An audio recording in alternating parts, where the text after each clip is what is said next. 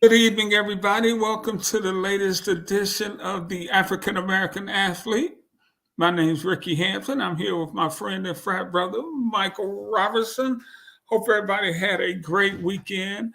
Mike, I'm glad you home chilling out, brother. It's been a while, couple of weeks for you being on the road covering events. Are you back on West Coast time by now?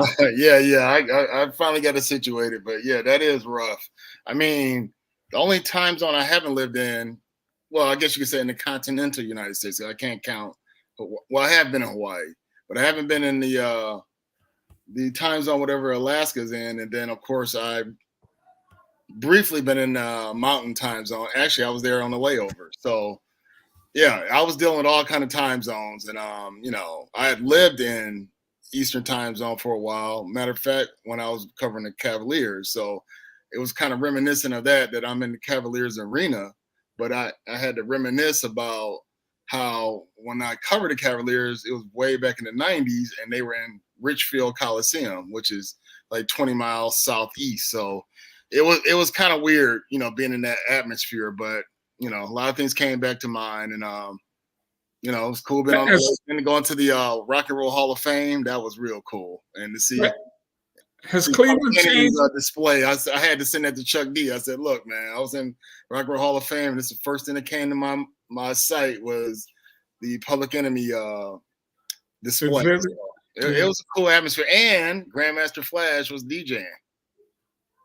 Live? He was there live? He was DJing. Yeah, it tripped me out. But they had us kind of Oh, they sequestered. had stuff going on for the Yeah, Final yeah, they Four. had other stuff going on, but they had us sequestered upstairs for the media. So Yeah. little farewell for the media that covered that Final Four, and it was a great Final Four. A lot of eyes were on that Final Four. Might have been the highest rated one ever, at least for women's basketball. Yeah, I still don't know 14. if it surpassed Magic Bird back in '79, because remember that's been always the measuring point for college basketball television ratings. Is Right. that one? And it's similar things going on here with Caitlin being quote unquote Larry Bird basically, and then coming to save the WNBA from despair and low Right. ratings, and then also. You had Angel Reese last year was the Magic Johnson, but I guess this time was a collective of the entire South Carolina team. I can't mix those up. One is the HBCU, one isn't. So yeah, South Carolina basketball team. Yeah, man. I know that had to be a lot of fun. It had to be special for you being back in your old stomping grounds too. So that's pretty cool, man. Yep. Hey, we got our guest here right now. Let's just get right to it and bring him in. Our great friend Matt Calvin, a member of the all-time AVA team, Hall of Fame finalist, one of the best point guards to do it, and he's right here with us, the pride of Southern California, Matt Calvin. Hey, fellas, good And evening. our frat brother, Mike, and our frat brother on Yeah, top. can't forget that part. Happy Sunday, man. Happy Sunday. Hey, Matt, happy Sunday to you, man. It, you know, the NBA playoffs, this is always a fun time of year for me because we got games on all day. Some games have been better than others. But before we get into the specifics of the game, just get your overall thoughts of what you've seen over the first couple of days of the playoffs. Well, again, thanks for having me on, Mike. Good to see you as well. And Ricky, thank you.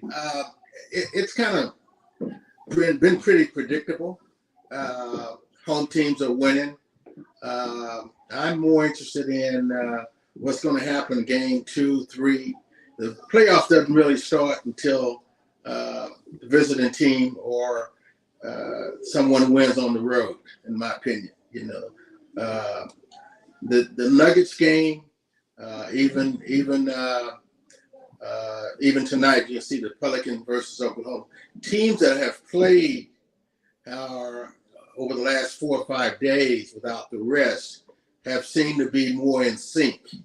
When you look at Denver last night, they got off to a very slow start because they've been off pretty much not only a week, but 7 days, but 9 days. They didn't play a lot of their prominent players the last 2 games. The same with Dallas today. Kyrie and Luka, they've been off for pretty much 9-10 days. And it's really hard to make that up. So when I'm saying Denver came back last night after being down by 14, 15 points to the Lakers at home, they were on the road. They probably wouldn't have won that game. So it's been pretty predictable. New York was down yesterday. Now you see Indiana coming back right now against Milwaukee. That's going to be a very interesting series. But I think pretty much the home team has taken advantage of being at home and having great home court winning records throughout the year. So it's going to be interesting over the next week, couple games. That's my opinion, but I still see at the end of the day, Mike and Ricky, a Denver Nugget, Boston Celtics finals. Oklahoma's going to be tough. They are an interesting team, but they've been consistent all year long. They've had a great road winning record, but right now it's like everybody's a bride. So it'll get started pretty soon. Well, for me, of course, Mike. of course, the Lakers. What is it? 5th straight game. You can't count the regular season games, but the 5th straight playoff game. They've been ahead, and then had that Denver team do a great comeback. And the one player, sometimes 2, are having a tough time. D'Angelo Russell, once again, is having a tough time in the playoffs. He does well in the play-in, but not in the playoffs. And then also our other our other guard that's up and rising didn't shoot that well either. They both were like about 3 for 15 or something like that. It was just ridiculous from 3. And any little bit of them having good contributions, it might have been a different game. They may not have blown that first half lead because they looked really good in the second quarter until they went on that run. And there's a couple plays where D'Angelo will miss the layup on one end, they get a 3 on the other, 5-point turnaround. And again, 5-point turnaround. So that's where it started to fall apart. And then even though LeBron hit that big 3 at the end of the half, all momentum was gone. And it was predictable, wasn't it? Like you said. I mean, you had the ex-Laker, KCP, just light them up in the third quarter. And he had no production in the first half, but they all just turned it around. Just said, hey, turn on this light switch, maybe elevate the elevation, cut up the elevation, and we're going to just take care of them in the second half. It's pretty predictable. Yeah. You just mentioned KCP. Now, he's one of the better wing defenders in the league. So he's not going to give Russell those shots. Those guys are watching film when it comes down. They're cutting out certain plays where guys like certain shots. They're going to contest those shots that Russell was making early on in the year. And as you said, the play-in game. You're not going to get those shots against a great defensive team, in my opinion. But, that's why he struggles. I mean, he's just not a good, consistent player. The Lakers don't have Vincent back healthy. They don't have Woods. They don't have another shooter out there on the perimeter to make shots to keep everybody playing honest defense. I agree. Makes a big difference, man. Yeah, but the thing about I was texting with Mike earlier, man. These leagues in the NBA now, with the way everybody shoots the 3, they're nothing. Indiana was Milwaukee was up 29 points. They're up 10 points now, maybe 12. I mean, a league can go away. You turn it over a couple of times, you miss a couple of times, and they hit 2 or 3. Nothing is safe in this league anymore, Matt. A double-digit league would be hard to come back from. Yeah, it's because of the ABA brought the 3, invented the 3-point shot. And just like in defensively, people used to load up, various tendencies. But these guys actually practice to drive and kick. I mean, they have to be at certain spots on the floor where those angles are. And I think that makes a huge difference. I mean, you look at Dallas today, see how they came back. They were down, but they started making some threes. And I think the Clippers had, 24-point lead, and Dallas came back, cut it down to 6-8 points. You're not even playing well at all. And so that's the difference in the game today. People are loading up on the three-point shot that can get you back in the game in a matter of 3 or 4 shots. You make 3 or 4 3-pointers within a matter of a couple minutes, man, you're right back in the game if you're down 15, 20 points. That's the difference. Let's look at some of these series, guys. Well, let me just go ahead, Mike, and then we get into it. So, Mac, how was it different for you then to go from shooting threes in the ABA and then the NBA not having it until 1979? So what was it like for you playing under both circumstances? Well, Mike, be honest, if you look at my stats, I was never a great three-point shooter. I was fortunate if I took 2. That was not my game. My game was to attack you, pull up with the jump shot, or take it to the basket. And we did not, we had some great shooters in the ABA, but it was not predicated on shooting a three-point shot. During that era, you'd be lucky if maybe you shot 5, 6 3-point, 7 to 10 3-point shots a game. Now these guys are shooting 30 to 50 3-point shots a game. They're going strictly by the percentages, and they're practicing. We didn't practice the 3-point shot. We just had that fast pace and a style of play, which the NBA has today. But these guys are really bona fide snipers out there at the 3-point line. I mean, how do you stop a Leonard who's 7, 8 feet behind the 3-point shot? So it's tough today. Yeah. But let's go in on some of these series, guys, and let's start with this Milwaukee-Indiana series. Looks like Milwaukee will hold on after building that big lead. But even though they may win this game tonight, fellas, I would be concerned about them in this series because Indy gave them fits throughout the regular season when they had a healthy Giannis. And they don't know when Giannis is going to be back. Start with you, Mac, and get your thoughts on this Indiana Milwaukee series. Well, I'm going to let a guy that doesn't have any hair go first. Look like who's following. So you go first, Mike. I'm going to let the senior's going to take a behind the seat. I'll let you go first. Okay. Well, this is my hometown team. Them and right. It could be one of those situations like a lot of people love to say about the Lakers. Oh my gosh, look how good they played when LeBron is out. So this might be a situation where they might play better with Giannis out. They won't be able to put up that wall. Maybe Lillard could feel more free. I didn't get to really see what happened in this game, so I'm not sure if Leonard went off or he was hitting everything. He was just hitting everything.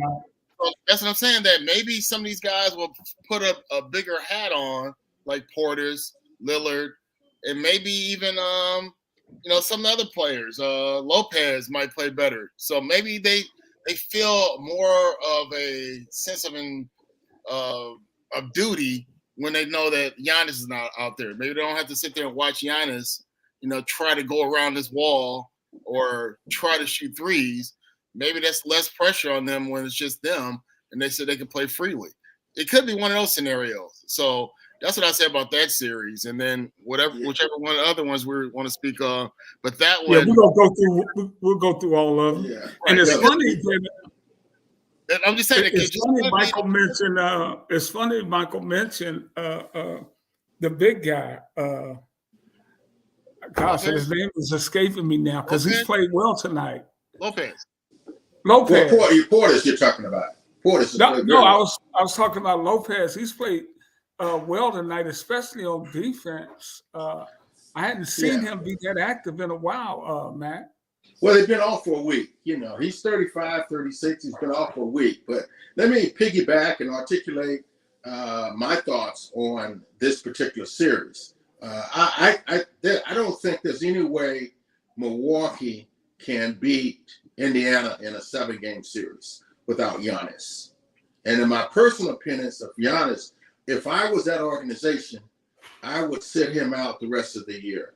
You're dealing with a calf, Achilles tendon area, and that's there's no predictability there other than it blowing. When you start having calf problem with the big guy, that's right in the area of the Achilles tendon. I've had an Achilles tendon tear after I retired and was coaching the Clippers. But that's a very, very serious area. And so he is not only the face of the Milwaukee Bucks, but one of the faces of the NBA. And I just pray that he doesn't come back and have a tear of the Achilles tendon. Now, Leonard had 35 points at halftime. The Indiana Pacers only had 39.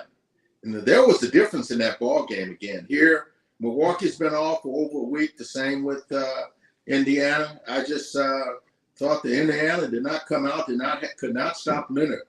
And then Bobby Portis, when they took double team Leonard, Bobby Portis posted up. So those two guys had it going on. The key to that team, if Milwaukee's going to advance, beat Indiana, Middleton's going to have to step up. He, in my opinion, is the key. Not Lopez, because Lopez can stretch the defense and make 3-point shots like he's doing tonight, and be a protector around the rim. But the key to that team winning, going places, is Middleton. It's not Leonard averaging 40 points. He's not going to average those kind of numbers against a well-balanced Indiana Pacers team, and they're well-balanced. They just did not play well the first half. And so I see Indiana. Yeah. I see Indiana advancing. I wrote down before we started talking earlier the teams that I saw. I thought Milwaukee would win in 6 games, 4-2, but I take that back. I think Indiana will win in 6 games, perhaps 7, if Giannis doesn't play. Both of you guys are right on point in looking at this game, because Middleton has played well tonight too. Well, 23 points. He shot it well, 9 of 14 from the floor, and looks like they're gonna hang on. When you come back from that far, you kind of get close and then run out of gas a lot of times. Let's move on to the next game that'll be tipping off right about the time we go off the air, so we'll be able to tune in for this. The Pelicans and the number 1 seed Oklahoma City Thunder. Mike, did you ever think the Thunder would be the number 1 seed in the West when the season started? After KD and everybody left there, my thing is this: when they keep trying to say that Joker is going to be the automatic MVP, I'm like, how could you not give it to our guy in Oklahoma City? They got the best record, and he's averaging around 30. So it's funny how they move the goalposts for certain players. So you're going to give it to Joker. Then we look at it. Each one of Joker's MVPs, they weren't the number 1 seed. But everybody else has to be the number 1 seed to get it. When they gave it to Derrick Rose instead of LeBron, it was because they were the number 1 seed in the East. I think KD got it because they might have been the number 1 seed in the West or whatever the case may be. So it's hard to really say that you're not going to give it to them unless you just really don't believe that they're really that good. Because I heard somebody say, well, OKC just caught everybody by surprise. No, they were pretty much the top seed throughout the year, them in Minnesota. Because Denver, that everybody saying, wait a minute, they're defending champs. Why aren't they there yet?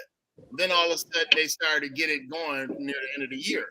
But you can't take away from what OKC and Minnesota were doing. So I think OKC will be trying to prove everybody wrong.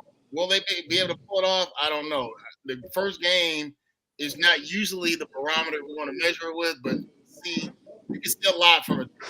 If a team that's the number 1 seed comes out and they look horrible, and then you have to question how are they the number 1 seed when they just get smacked like that, almost like how the Bucks looked last year. So if you get that, then you would say, okay, yeah, they were pretenders, but they come out and smash the Pelicans and look like they are the number 1 seed. Then you have to say, hey, we didn't really treat this team like we should have, and they are deserving to be number 1 seed. So a lot of be shown with the way they played the game tonight. And when you were talking about MVP, Ken, you talking about Shea Gilgeous Alexander. Averaging 30, he got the top team in the league. Yeah, so, he's been tremendous. He's been consistent, but there's something, as an ex-player, there's something that reporters look at. There's something that the fans look at. Who's been consistent? He's had a phenomenal year. Any other year, Shea would win the MVP. I don't think he'll win it this year because of predictability. But also Joker has put up numbers, fellas. 25, 27 points a game, 13.7 rebounds a game, and close to 9 assists a game. It may be 9. So he's close to a triple-double. There's only been several players in this league, or maybe 3 players, to ever win 3 MVP. And I think that's Magic, as well as Kareem and Michael Jordan, if I'm wrong. I know that I'm not too far off. Well, LeBron, but it was also 3 MVP. Not 3 consecutive 3 MVP. 3 in a row. Yeah. And it's been Larry, I think, who before Larry? Well, you gotta somewhere. I gotta look up those numbers. Somewhere Magic and Michael's there, and Kareem. I think Kareem won it too. But to my knowledge, those are the players that I think. But let's not take away the reporters like you, Mike. You guys have a vote. You look at overall season. I think Joker's only missed 7 games. Shea's only missed maybe 6 or 7 games. So, and their team, they've contributed to their team winning. If I had a vote, I'd say, not the fact that I play for the Denver Nuggets, I'm a little biased, but I think Joker has had the best overall, the best year in my opinion. With a lot of their players out too. They did win the Steals title, and the West on both sides. Well, I think the MVP vote's going to be close this year.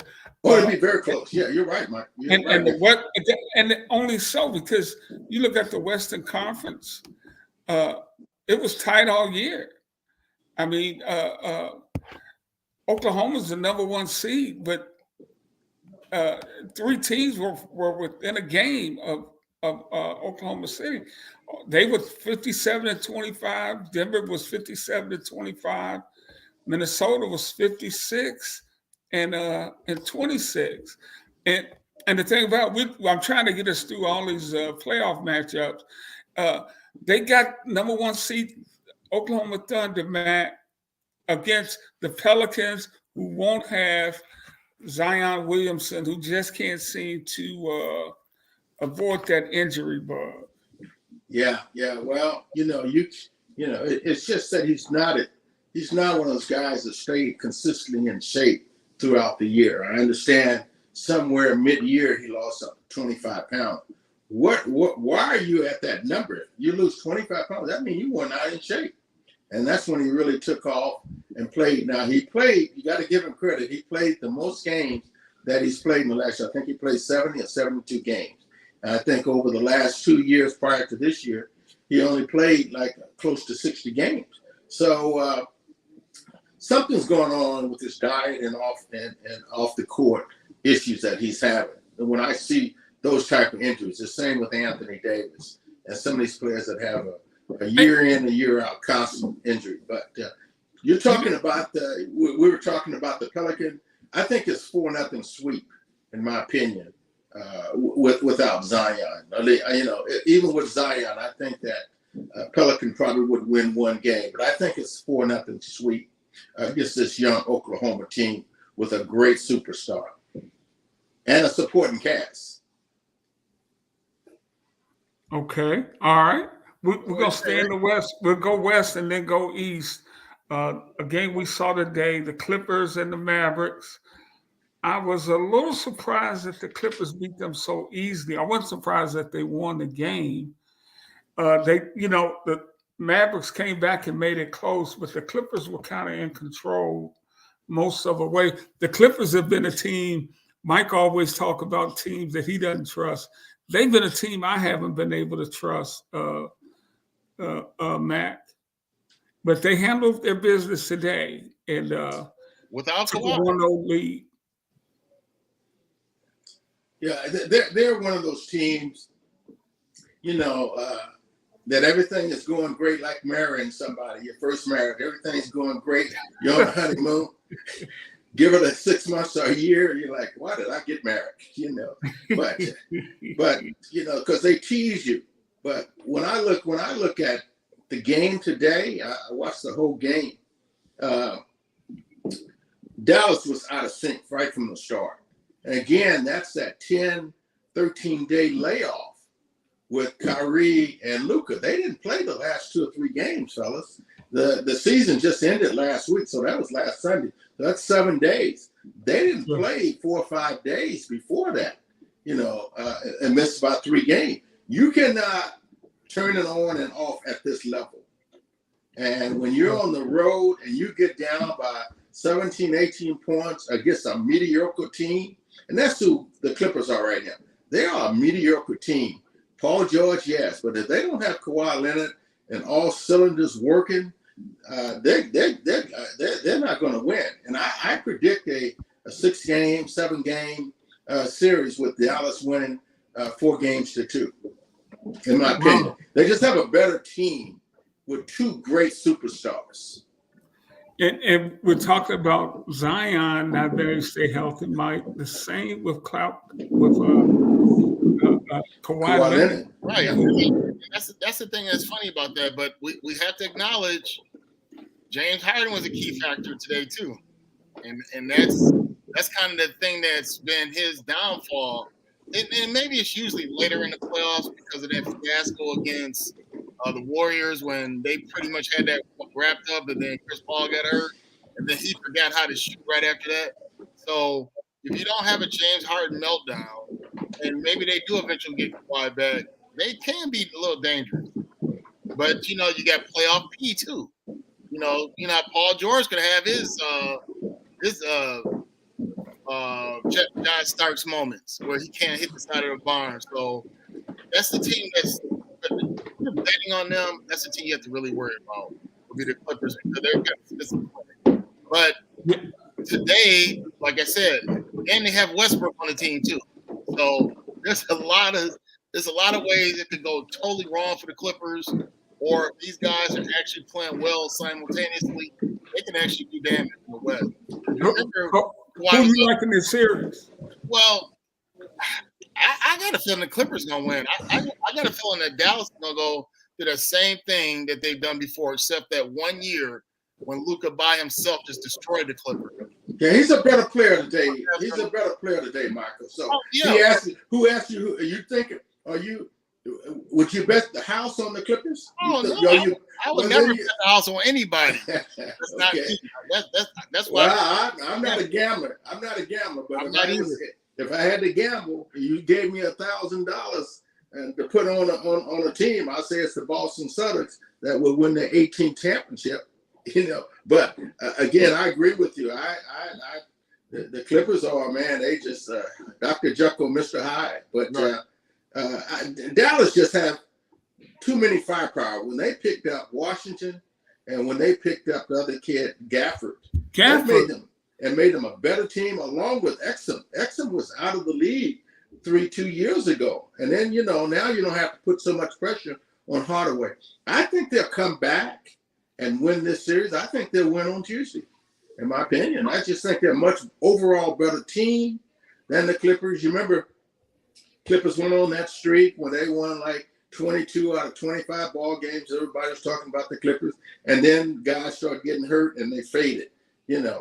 Clippers don't have a bench and a supporting cast where I think Dallas does. I think you're going to see, we'll be talking another week or two. I think you'll see Dallas going into the second round. I think they can beat the Clippers, in my opinion. I kind of like Dallas too,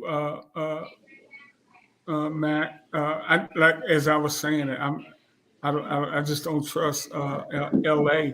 And all the home teams have won so far. Right. So that's what's the mindset of a team you go in and you lost the first game, but on the road, you know you got to get one before it's over with. Right. Yeah. You know what you do? You go back and you look at the video. You break things down where they scored. Here again, Dallas had a scoring problems today in the first half.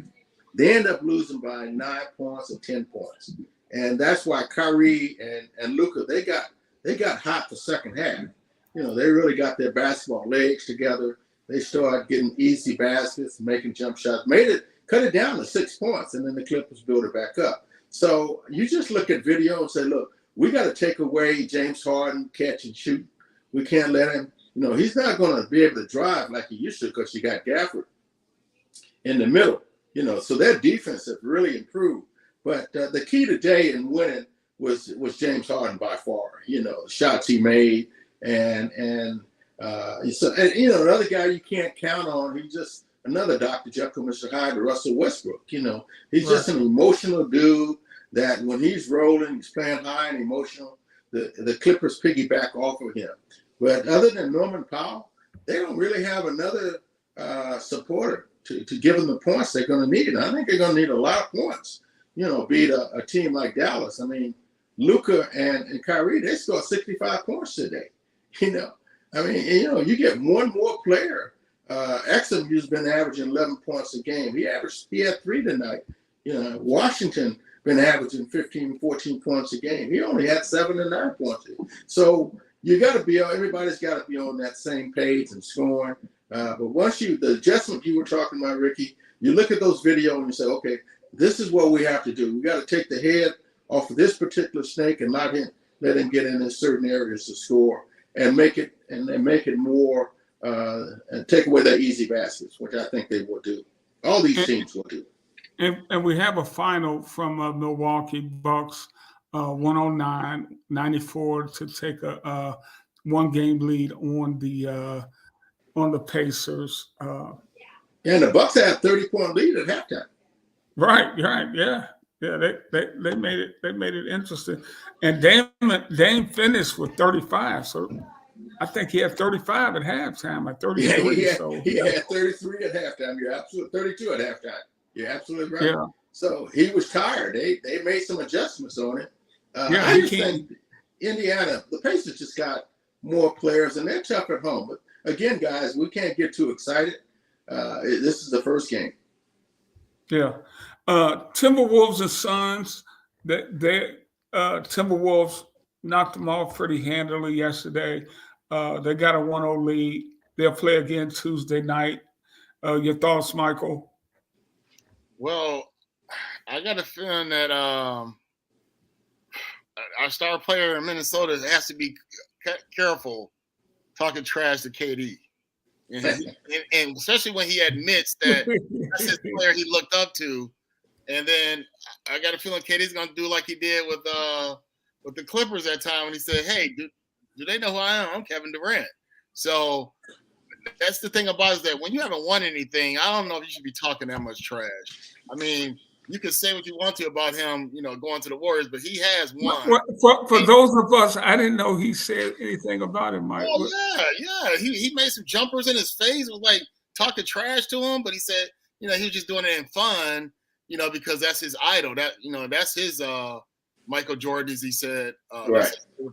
But, you know, yeah, KD might have laughed a little bit, but deep down inside, you got to have pride. You got to have pride and say, look, man, this little young cat can't be disrespecting me like this, even though he's backhandedly doing it by saying, no, you're my favorite player. I'm just competing against you. But, you know, you can't just be showing me up like that, talking trash, because the visual is horrible. So we'll see if that wakes KD up where he just goes for 50 or something like that, because he still is putting up numbers, and they got the three-headed monster, but they just can't seem to click it at all at one time. I don't know if Devin Booker has regressed, you know, and then I don't know if our acquisition from Washington ever – I think he might have had 1 or 2 good games, and one might have been against the Lakers. So I don't know if that threesome is going to ever really click simultaneously, you know, especially during these playoffs. So we'll see. We'll see like game 2 if they pretty much just step on them again in game 2, then this series might be over quickly. But if they let Phoenix get a win in Minneapolis, they may be in trouble because, once again, you're in uncharted waters. It's easy to say, oh, yeah, I'm going to do this because this is what I did during the regular season. But when the playoffs come, it's a little different. And that's the same thing I would say about that Indiana series where you got Halliburton and all them. Remember, they were destroying everybody. And then in the East end season tournament, they fell apart. Remember everybody thought that, well, Indiana's going to win this. They're the hottest team in basketball. And they got in there and got smoked out by the Lakers. And then, and Halliburton didn't play as well. And then he got injured. So you don't know if something like that will happen. Look how bad Miami looked before this. And then now with Jimmy kind of banged up, what will their reaction be? Everybody. We'll get over to the East. Before I get your thoughts on the series, hey, when you were a player, and especially when you transitioned to the NBA, did you ever go up against guys that you looked up to? And if you did, I know you go just go at them anyway. I mean, yeah, to finish your question, like when the merger came about, I was a shell of myself. Versus first 7 years, I remember I tore my quad tendon, and I didn't really have that speed and quickness. So the rest of my NBA career, 5 years, I averaged about 9 points, where the previous 7 years I averaged almost 20 points a game. But when we played in a league play exhibition game against we played against New York when they had Earl Monroe and Walt Frazier. I looked up to that, and then when we played against Oscar Roberson, I looked up at playing against Calvin Murphy and Nate Oxball. I absolutely spanked their ass. When we played against them. Well, I'm sorry for the language, but I absolutely spanked their little butts. Because they were my childhood idols, and I won. But I didn't talk trash. But this is a modern day kids today, But I just I looked up to it. I think against Earl, and every year we play exhibition. Earl and Walt Frazier, they were just big guards that were slow. They couldn't guard us quick. ABA teams had an overall like 70-80% winning percentage against those teams because we looked up to them, and they were the old established league, and we finally got a chance to play against them, got some reputation. And so it was very exciting. But I agree with Michael. I just think that, the kid's 22 years old. He didn't know, KD was his idol, but, you just do it quietly. And these kids don't know how to do it quietly today. They act like they've never scored a points before, gotta said, but you got to let a sleeping dog sleep, man, because he's going to wake up and he's going to bite you, And talking about the Phoenix Suns, Michael and Ricky, that's an interesting team. They have the firepower. They start 4 guys that got the firepower to make a shot. The key to that team, in my opinion, if they're going to win, is Devin Booker. I don't know what's going on with him. I mean, they don't have that kind of a great defensive player to stop him. But he had 12 points last night. Mm-hmm. Bill had 13. KD had 31. He's the one kept him in the game. That third quarter brought him back. So those guys if they're going to win, which I think they have the experience, they have the scoring power to beat a young Minnesota team that really, in my opinion, have one great player, and that's Ant-Man, Anthony Edwards. Right.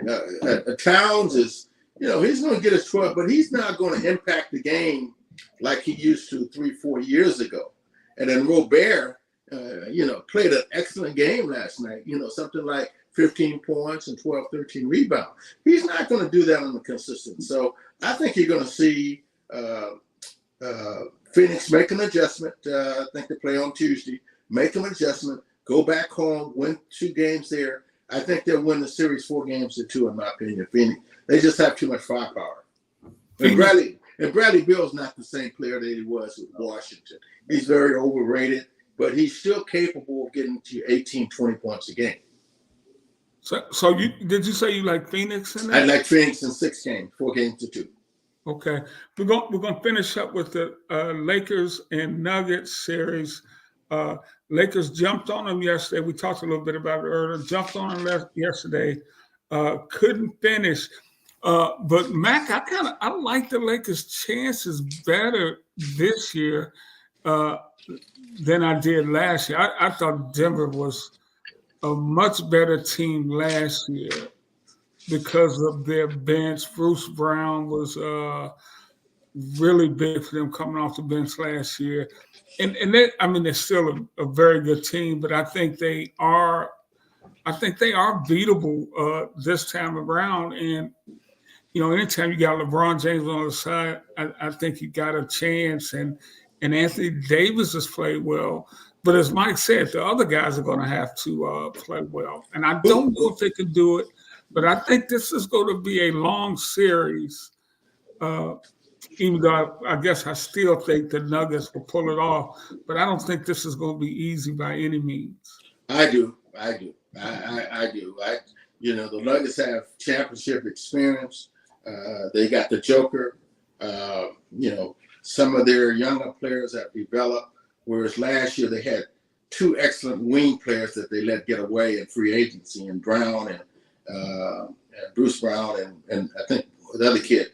Well, they let Jeff Green get away as well, but another kid, Peyton Watson has played very well, and he's a kid that I raised, was in my basketball camp when he was a kid from Long Beach.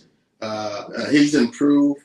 The other kid, Braun, he's improved, but they're going to need to get a continued support from Porter. I mean, he's the key, in my opinion. He's got to make shots, and then the other key guys, if Jamal Murray can stay healthy, he's the key. If he can stay healthy. I don't see anybody.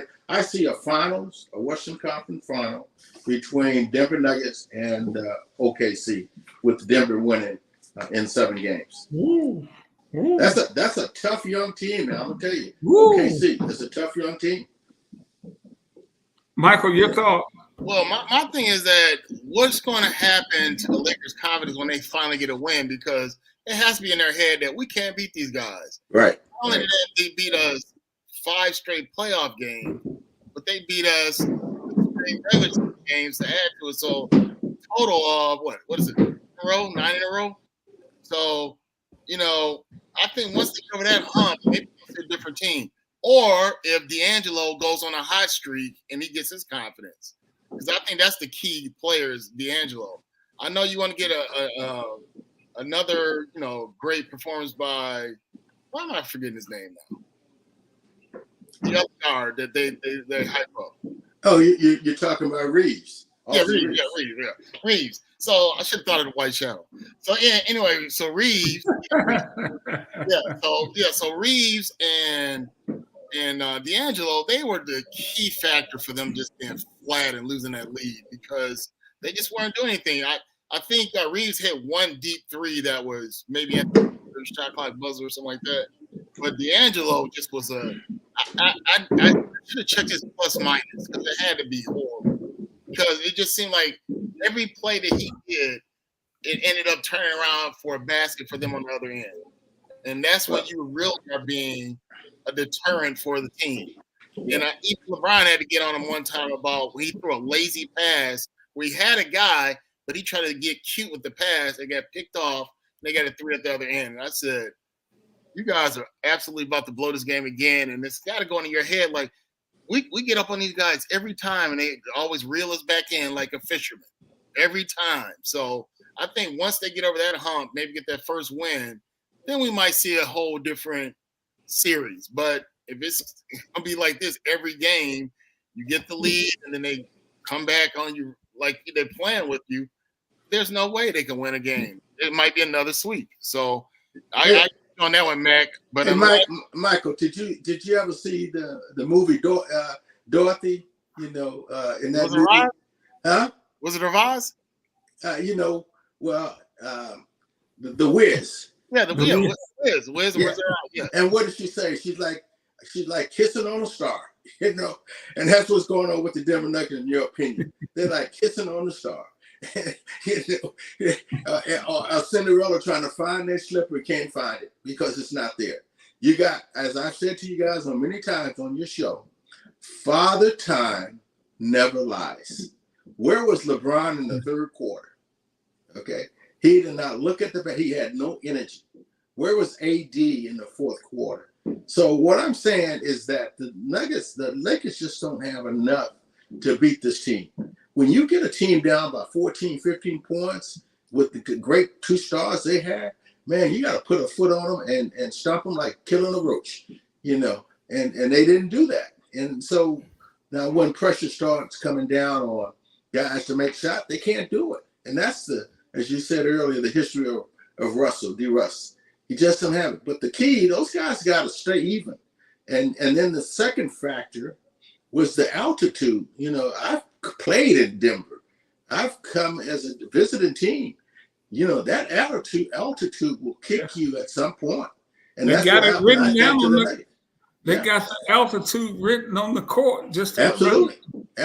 You know, and a real quick story. I know you're going to have to, you know, when I was playing for the Denver Nuggets, you know, earlier years, you know, before the merger, you know, by second quarter, man, we would be up 18, 20 points. We would run teams out of there and your lungs are just burning. And so when I came back to the Nuggets in the merger, you know, the rule was that, you know, let's be complimentary, give the visiting team an oxygen tank. I told our trainer, Bob Travelino, I said, absolutely not. I hit that oxygen tank many times so the guys couldn't find it to get some air, you know, because your lungs really burn, you know. So I think that's what happens. You know, that's a tremendous advantage for the Denver Nuggets when you're playing at home. Same with Utah. Yeah. That's why teams can't hardly win at Utah and the altitude.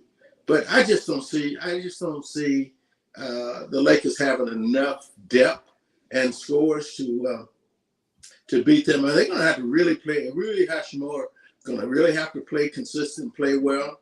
But then the other thing, AD, you know, he would disappear on you in a minute as well.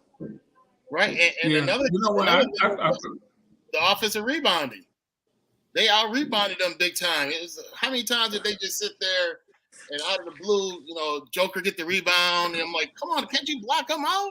30-15, Mike. 30-15. Yeah. Hey, let's jump to the East, guys, because we're running out of time. Man, I gotta say it was fun watching the Knicks and 76ers at the Garden and hearing the Garden come alive like they did back in the day. It is nothing quite like a New York Madison Square Garden cheering section.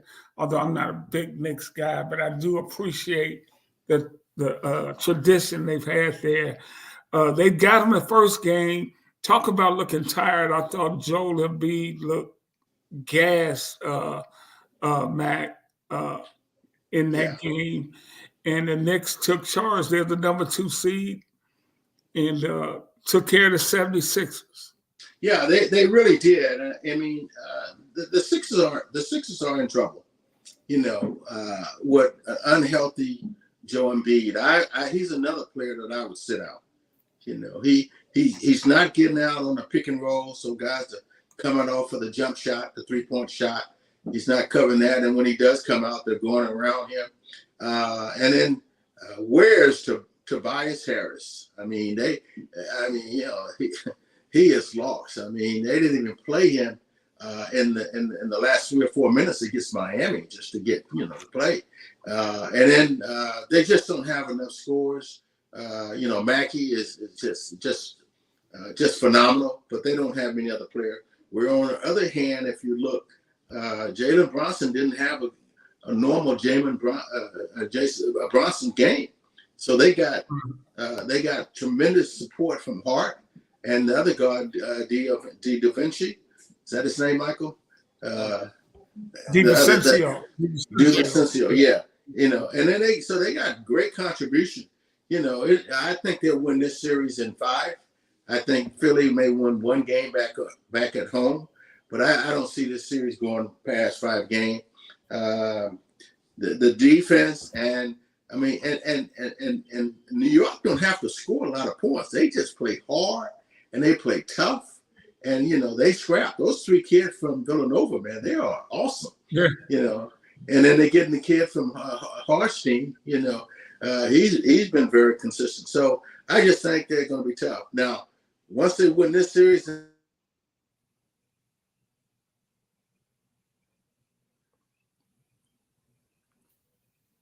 We lost you for a second, Matt. We can't hear you. Mike, why don't you jump in while we get Max fit? Okay. Yeah.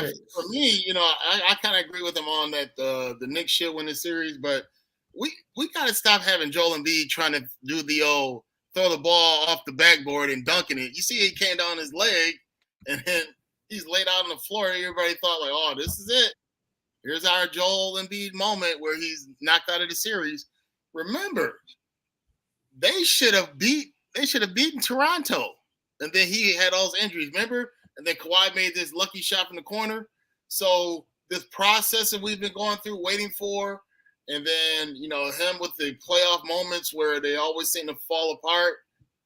It's been a lot. And I know a lot of people are sitting there going like, hey, we just added this guy on our Team USA, and he's out here getting hurt again, trying to do acrobatic stuff by throwing the ball off the backboard to dunk it.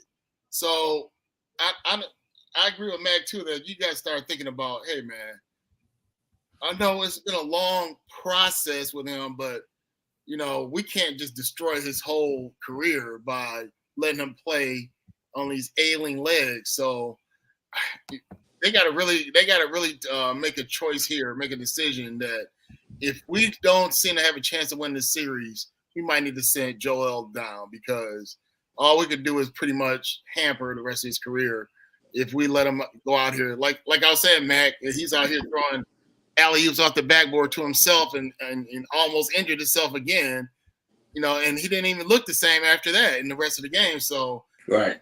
I think he and Giannis, they definitely should be on the watch list to be just, shut down for the rest of the playoffs. Yeah, especially if they're not going to get to the finals. I probably got Josh, guys. I got cut off with you guys. Yeah, that's okay, Matt. We're glad we got you back.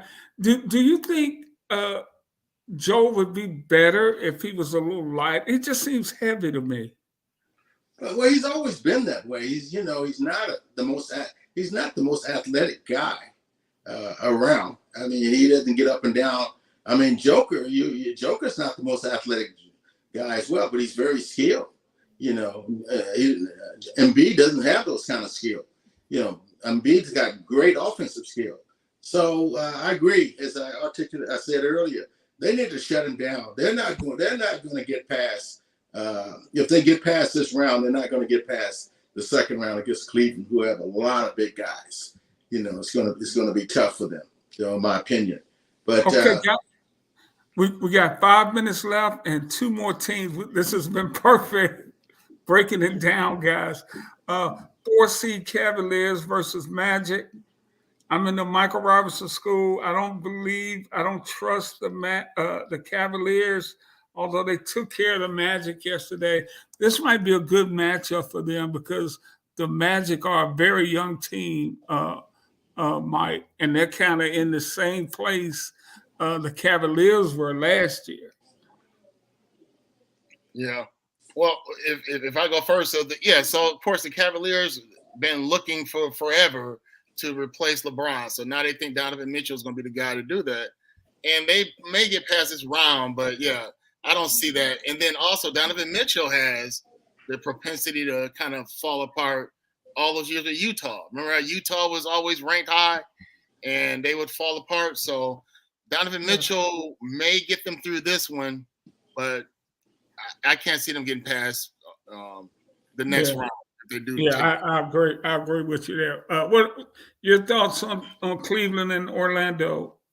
Well, I think that Cleveland is a far more superior team overall.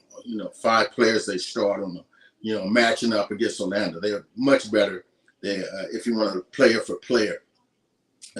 Yes, Orlando is very young, inexperienced.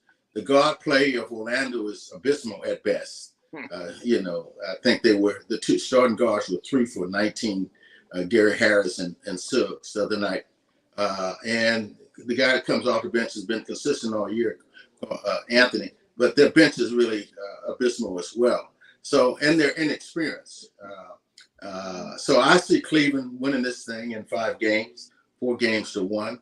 And I don't even really see this being a major contest. It's a good young team, no experience at this point.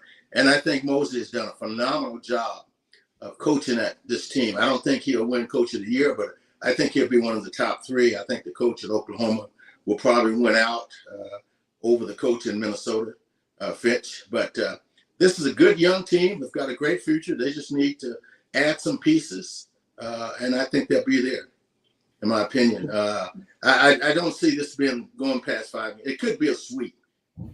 Well, I see it at least going 5 games. All right, guys, we got 3 minutes. Let's close it out with the number 1 seed in the East, Boston Celtics against the Miami Heat, minus Jimmy Butler. Mac, would this be a better? I know Miami would love to have Jimmy Butler. Would that change anything in this series? Well, if they had 2 Jimmy Butlers, it still wouldn't change.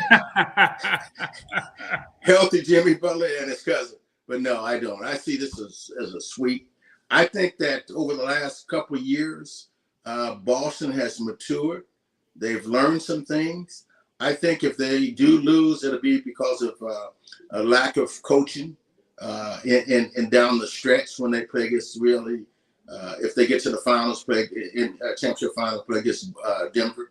But I think they are built to win a championship.